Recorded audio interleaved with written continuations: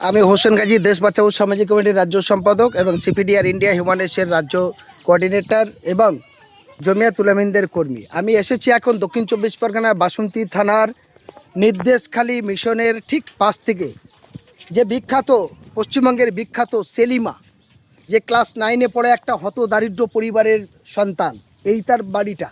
আমি দেখে অবাক লাগলাম, বর্তমান ইন্টারনেটের যুগে, নেটের যুগে, ফেসবুকের যুগে এরকম ধরনের একজন অসহায় মেয়ে যে ভারতবর্ষের শিরোনামে এসেছেন।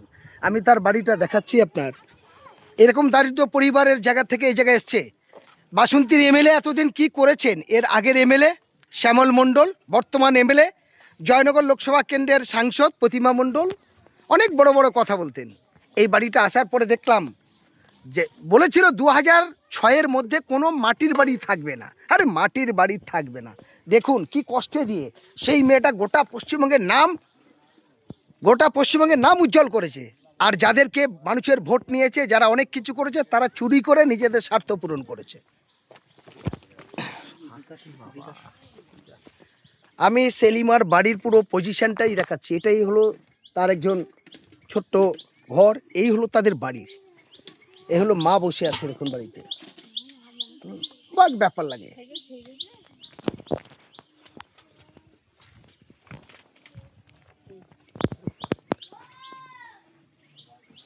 এই হলো সেলিমার বাড়ি, যে প্রধানমন্ত্রীর মন কা বাত ডাকলে চলে গেছিল তার বাড়ি।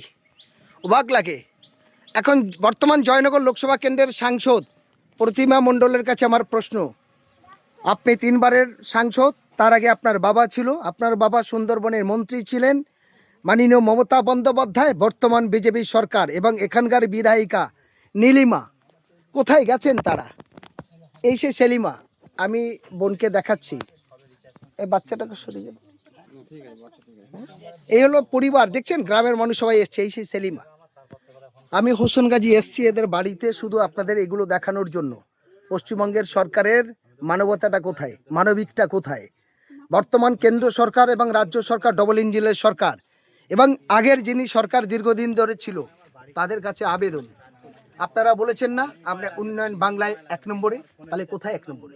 আমি হোসেন গাজী মানবাধিকার কর্মী হিসাবে পশ্চিমবঙ্গের মধ্যে প্রাকৃতিক দুর্যোগে যেখানে খুন হয়েছে, মার্ডার হয়েছে, বঞ্চিত হয়েছে, মানুষ নিপীড়িত হয়েছে, দৌড়ে গেছি তার বাড়ি।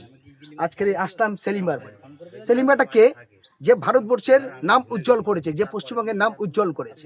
আমরা জানি সুন্দরবনের আমঝাড়া অঞ্চল, বাসন্তী থানার আমঝাড়া অঞ্চল, পার্শ্ববর্তী নির্দেশখালী অঞ্চল এবং নির্দেশখালী মিশন থেকে জাস্ট একটুকুনি, নির্দেশখালী বাজার থেকে একটুকুনি, সেই জায়গায় দাঁড়িয়ে এরকম বর্তমান যুগে এই বাড়িতে দেখা যায়। এরকম একটা বাড়ির মধ্যে থেকে, যেখানে ইলেকট্রিক নেই, বিদ্যুৎ নেই, এরকম একটা ঘরের ভাঙা বাড়ি থেকে সেলিমা স্বপ্নে দেখেছেন। সে চলে গেছেন কোথায়? দিল্লি, লালকেল্লায়। এখনো পর্যন্ত পশ্চিমবঙ্গের সরকার একবার তার নিয়ে কোনো চিন্তাভাবনা করলেন না, কিন্তু করছে কাদের? ধর্ষণকারীদের বাড়িতে যাচ্ছে, পুরস্কৃত করছে। একবার না, একাধিকবার যাচ্ছেন, সেখানে চাকরি দিচ্ছেন ধর্ষণকারীদের, এবং চাকরি দিচ্ছেন, টাকা দিচ্ছেন। সেলিমার বাড়িতে কেন রাজ্য সরকারের প্রতিনিধি নেই? আমার প্রশ্ন এখানে। কেন মমতা বন্দ্যোপাধ্যায়, তার সাংসদ, তার বিধায়ক এখন নির্বাচিত, তাদের জনপ্রতিনিধি এই বাড়ি নেই?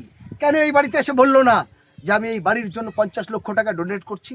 কেন বললো না সেলিমার পুরো পড়াশোনার দায়িত্ব আমরা গ্রহণ করছি?